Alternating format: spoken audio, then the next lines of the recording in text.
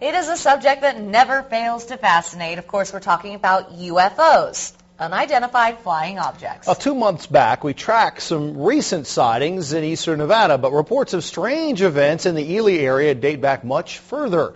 KOLO 8 News Now's Ed Pierce recently returned to eastern Nevada on the trail of an alleged incident that happened nearly 60 years ago. And Ed, we are talking about a possible crash of a UFO. We are. Strange story. And after all these years, the real mystery may be where this story comes from. Now, if I mention Roswell, New Mexico to you, you immediately know what's going to follow. Even Rachel, Nevada, a stop on Nevada's Extraterrestrial Highway, has a claim to a spot in UFO history. Drop in on either location, that claim is self-evident. You won't find that in Ely, but maybe you should.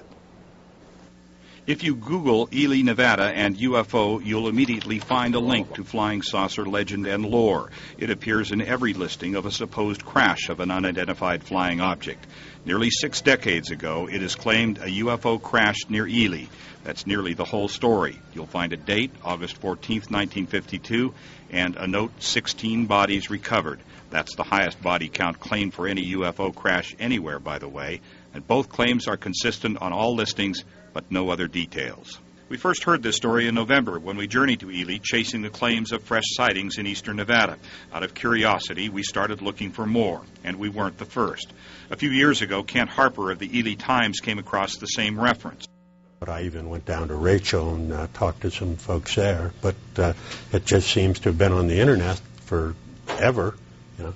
And no one adds to it, no one deletes from it. Harper wouldn't have found any mention of such an event in the files of his own paper. We checked the microfilm on the Ely Times from August of 1952, and the issue from August 15th, when any such event would have been reported, is missing. Interesting. And enough to jumpstart the musings of any conspiracy theorist. But finally, in the White Pine County Library, we found perhaps the only remaining copy of the August 15th issue. A baseball tournament, an approaching festival, news from the Korean War, even a planned flyover by Air Force bombers, but nothing that could give rise to a rumor of a UFO crash. Mention any of this to anyone on the street here, and you'll likely get a puzzled stare and a shrug.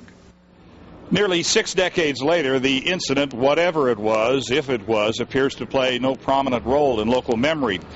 But if you talk with people here, stories do begin to emerge. It seems they've long since been used to seeing strange things in the sky.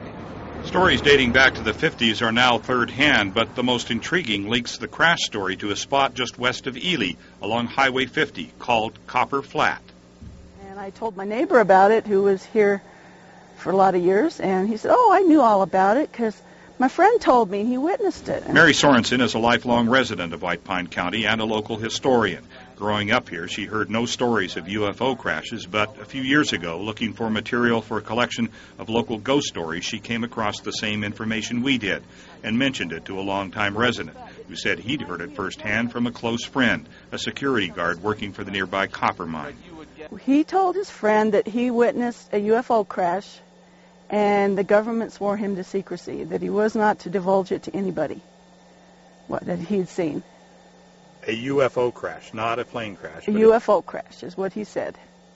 The man, by all accounts, a responsible, respected member of the community, took whatever else he might have known, including the exact location of any incident, to the grave. Ironically, years after the reported crash, this location would have an unrelated connection to aerospace.